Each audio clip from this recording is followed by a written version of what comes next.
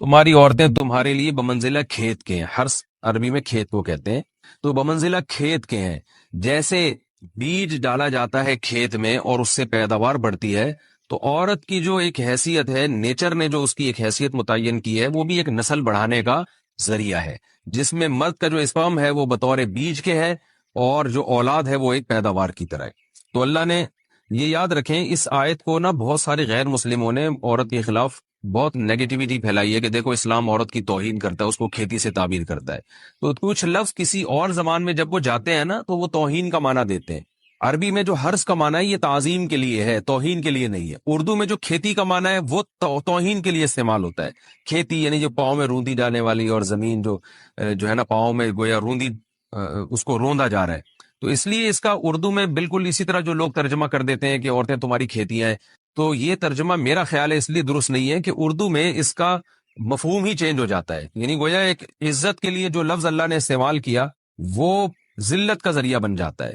تو اس لیے کسی بھی زبان میں جب ہم کسی بھی لفظ کا ترجمہ کرتے ہیں تو اس زبان کے ہمیں محاوروں کو دیکھنا چاہیے کہ اس زبان میں یہ لفظ کس معنی میں استعمال ہو رہا ہے. مثال کے طور پر ہو سکتا ہے کتا کا لفظ کسی زبان میں وفاداری کے لیے استعمال ہوتا ہو، کسی کو لوگ ڈاگ کہتے ہو تو اس کا مقصد ہوتا ہے وفادار انسان ہے، لیکن ہمارے یہاں اردو میں گالی ہے وہ. اور آپ بولیں کہ بھئی وہ فلاں قوم ڈاگ کہتی ہے تو ہم کتا کہیں گے، تو آپ جب اس کا ترجمہ اردو میں کریں گے تو کتے سے نہیں کر سکتے. تو اسی طرح یہ عربی کا جو لفظ ہے اس میں بھی یہ چیز غور یعنی ملحوظ رہنی چاہیے. تو اس لیے اس کا ترجمہ کیا جائے گا تمہاری عورتیں تمہارے لیے پیداوار بڑھانے کا ذریعہ ہیں، نسل بڑھانے کا ذریعہ ہیں.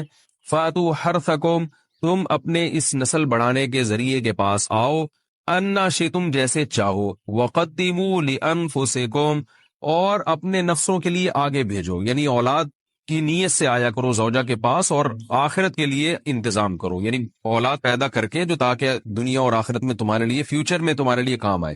دنیا بھی داخل ہے، آخرت بھی داخل ہے.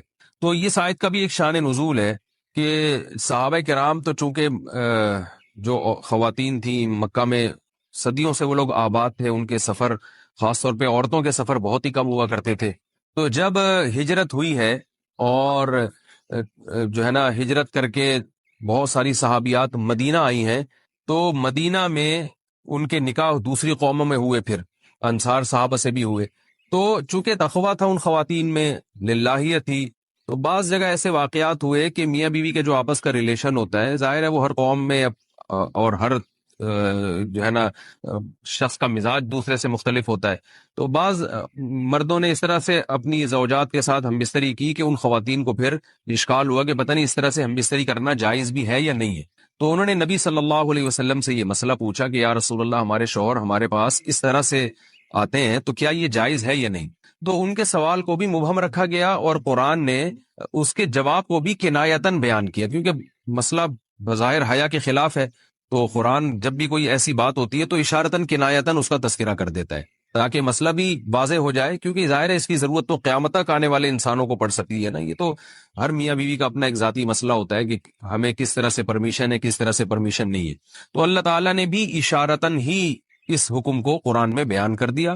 قرآن میں اس لیے بیان کیا کہ تاکہ اس میں کوئی اجتہادی اختلاف کی گنجائش نہ رہے. تو اللہ نے قرآن مجید میں بیان کیا، فرمائے نساؤکم حرث لکم، تمہاری جو ازواج ہیں، تمہاری جو بیویاں ہیں، وہ تمہارے لیے بمنزلہ کھیت ہیں. کھیت کا مطلب کیا ہوتا ہے؟ پیداوار بڑھانے کا ذریعہ. تو اس میں سب سے پہلا مسئلہ تو قرآن نے یہ بیان کر دیا کہ زوجہ سے جو ہمبستری ہے وہ صرف اسی راستے میں جائز ہے جس سے اولاد ہوتی ہے، کیونکہ عورت کو اللہ نے بنایا ہے نسل بڑھانے کے لیے. تو کوئی بھی ایسا ہمبستری کا طریقہ اختیار کرنا جو نسل بڑھانے کا ذریعہ نہ ہو، یعنی وہ نیچرل نہ ہو، تو وہ حرام ہے. تو اس میں اللہ نے یہ حکم دے دیا. تو اس سے صاف یعنی حدیث سے بھی پتہ چلتا ہے اور تمام فقہا کا اجماع بھی ہے اس آیت کی روشنی میں کہ مسئلہ تھوڑا حیا کے خلاف ہے، لیکن میرا خیال ہے بتانا ضروری ہے کہ پچھلے راستے سے عورت سے ہمبستری کرنا بالکل حرام ہے، ناجائز. اور نبی صلی اللہ علیہ وسلم کی اس پہ بہت شدید لعنت ہے، بہت شدید وعید ہے. تو یہ بالکل اللیگل ہے اسلام میں کہ عورت کے پچھلے راستے سے اس سے ہمبستری کی جائے. جو لوگ لڑکوں سے بدفعلی کے عادی ہوتے ہیں ان کو یہ ایک چسکا لگ جاتا ہے، تو یہ حرام ہے، ناجائز ہے، کیونکہ اللہ نے بتا دیا کہ یہ تمہارے لیے بمنزلہ کھیت کے ہیں. تو اس میں قرآن نے وہ جو سوال تھا نا اس کی طرف اشارتاً جواب دے دیا اور آگے فرمایا فاتو حرثکم، تم اپنے کھیت کے پاس آؤ.